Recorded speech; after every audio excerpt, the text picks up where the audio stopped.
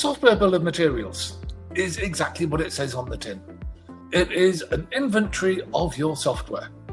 For people that are more used to a hardware or manufacturing design, quite often you'll be used to having a bill of materials. So these are all of the components that go in to make up your product. We're going to create an absolutely fantastic Deadheads app. As part of that, we're going to be making use of a reader bit of software from 𝐒𝐨𝐼R at version 1.8. And we've got a parser that we've taken from Bob, who's part of our team, and it's the version 1.0.